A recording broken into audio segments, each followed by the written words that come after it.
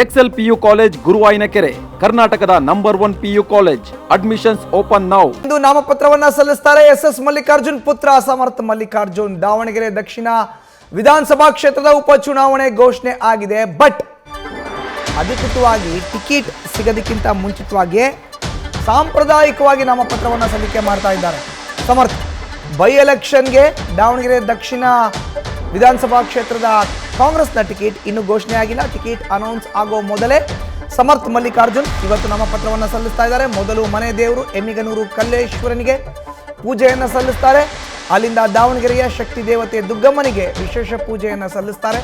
ಅದಾದ ಮೇಲೆ ಇವತ್ತು ಬೆಳಗ್ಗೆ 10:30ರಿಂದ 12 ಗಂಟೆ ತನಕ ರಾಹುಕಾಲ, ಶುಕ್ರವಾರ.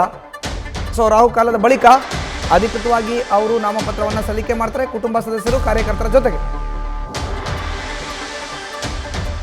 ಇನ್ನು ಭಾರೀ ವಿರೋಧದ ನಡುವೆ ಕೂಡ ನಾಮಪತ್ರವನ್ನು ಸಲ್ಲಿಕೆ ಮಾಡ್ತಾ ಇದ್ದಾರೆ ಸಮರ್ಥ.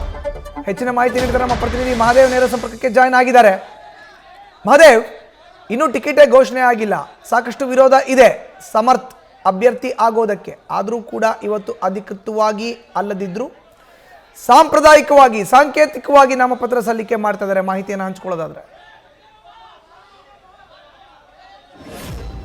ಮಧುಸೂದನ್, ದಾವಣಗೆರೆ ದಕ್ಷಿಣ ಕ್ಷೇತ್ರದ ಉಪಚುನಾವಣೆ ಈಗಾಗಲೇ ದಿನಾಂಕ ನಿಗದಿ ಆಗಿದೆ. ಆದರೆ ಟಿಕೆಟ್ ಗೊಂದಲ ಇನ್ನೂ ಕಾಂಗ್ರೆಸ್ನಲ್ಲಿ ಮುಂದುವರೆದಿರುವಂಥದ್ದು. ಅದರಲ್ಲೂ ಕೂಡ ಈ ಬಾರಿ ಮುಸ್ಲಿಂಗೆ ಟಿಕೆಟ್ ಅನ್ನ ಕೊಡಬೇಕು ಅಂತ ಹೇಳಿ ಕಾಂಗ್ರೆಸ್ ಪಕ್ಷದಲ್ಲಿ ಸಾಕಷ್ಟು ಅಭಿಪ್ರಾಯ ವ್ಯಕ್ತ ಆಗ್ತಾ ಇದೆ. ಅದರ ಕೂಡ ಸಾಕಷ್ಟು ಪಟ್ಟನ್ನು ಹಿಡ್ಕೊಂಡು ಮುಸ್ಲಿಂ ಸಮುದಾಯ ಡಾಮಿನೆಂಟ್ ಸಮುದಾಯ. ನಾವು ಇದುವರೆಗೂ ಶಾಮನೂರು ಕುಟುಂಬದ ಸೇವೆಯನ್ನ ಮಾಡಿದ್ದೇವೆ, 20 ವರ್ಷದಿಂದ ಕಂಟಿನ್ಯೂ ಮಾಡ್ತಾ ಬಂದಿದ್ದೇವೆ ಮತ್ತು ರಾಜ್ಯದಲ್ಲಿ ಅತಿ ಹೆಚ್ಚು ಮುಸ್ಲಿಂ ಸಮುದಾಯ ಕಾಂಗ್ರೆಸ್ ಪಕ್ಷಕ್ಕೆ ಬೆಂಬಲವಾಗಿದೆ. ಆದರೂ ಕೂಡ ನಮಗೆ ಟಿಕೆಟ್ ನೀಡುವಲ್ಲಿ ನೀವು ಯಾಕೆ ಹಿಂದೆ ಮುಂದೆ ನೋಡ್ತಿದ್ದಾರೆ? ಈ ಸಾರಿ ನಾವು ಯಾವುದೇ ವಿನಾಕಾರಣ ಟಿಕೆಟ್ ಅನ್ನು ಬಿಟ್ಕೊಡಲ್ಲ, ನಮ್ಗೆ ಟಿಕೆಟ್ ಕೊಡಬೇಕು ಅಂತ ಪಟ್ಟು ಹಿಡಿದಿದ್ರು. ಈ ಪಟ್ಟಿನ ನಡುವೆ ಅಂದ್ರೆ ಶಾಮನೂರು ಸಮರ್ಥ ಮತ್ತೆ ಮುಸ್ಲಿಂ ಸಮುದಾಯದಿಂದ ಯಾರಿಗೆ ಟಿಕೆಟ್ ಕೊಟ್ಟರು ನಾವು ಚುನಾವಣೆಯನ್ನ ಮಾಡ್ತೀವಿ ಅಂತ ಹೇಳ್ತಾ ಇದ್ರು.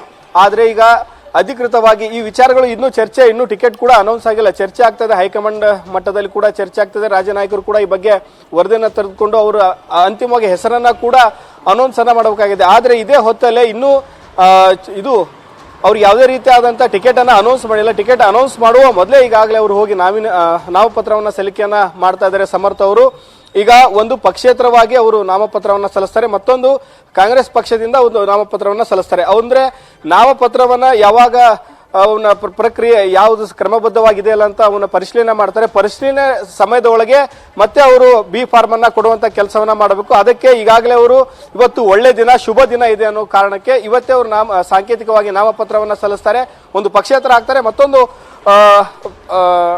ಕಾಂಗ್ರೆಸ್ ಪಕ್ಷದಿಂದ ಹಾಕ್ತಾರೆ. ಈ ಕಾಂಗ್ರೆಸ್ ಪಕ್ಷದಿಂದ ಹಾಕಿದಾಗ ಅವರಿಗೆ ಬಿ ಫಾರ್ಮ್ ನಂತರ ಅವರು ಬಿ ಫಾರ್ಮ್ ಅನ್ನ ಸಲ್ಲಿಸುವಂತ ಕೆಲಸವನ್ನ ಮಾಡ್ತಾರೆ. ಆದ್ರೆ ವಿರೋಧದ ನಡುವೆ ಕೂಡ ಇವತ್ತು ಅವರು ನಾಮಿನೇಷನ್ ಅನ್ನ ಮಾಡ್ತಾರೆ. ಬೆಳಗ್ಗೆ ಈಗಾಗಲೇ ಅವರು ಅವರ ಮನೆ ದೇವರಂತ ಕಲ್ಲೇಶ್ವರ ದೇವಸ್ಥಾನಕ್ಕೆ ಹೋಗ್ತಾರೆ. ನಂತರ ಅಲ್ಲಿ ಪೂಜೆಯನ್ನು ಸಲ್ಲಿಸಿ ಅವರ ಕೆಲವೊಂದಿಷ್ಟು ಪ್ರಮುಖ ಮುಖಂಡರ ಜೊತೆ ಹೋಗಿ ಇವತ್ತು ನಾಮಿನೇಷನ್ ದಾವಣಗೆರೆ ಮಹಾನಗರ ಪಾಲಿಕೆಯ ಚುನಾವಣಾ ಅಧಿಕಾರಿಗಳು ಸಲ್ಲಿಸ್ತಾರೆ. ಮಧುಸೂದನ್, ಧನ್ಯವಾದ ಮಹಾದೇವ್ ನಿಮ್ಮ ಮಾಹಿತಿಗೆ. ನ್ಯೂಸ್ ಫಸ್ಟ್ ನಿರ್ಭೀತಿಯಿಂದ ನಿಮ್ಮ ಪರವಾಗಿ.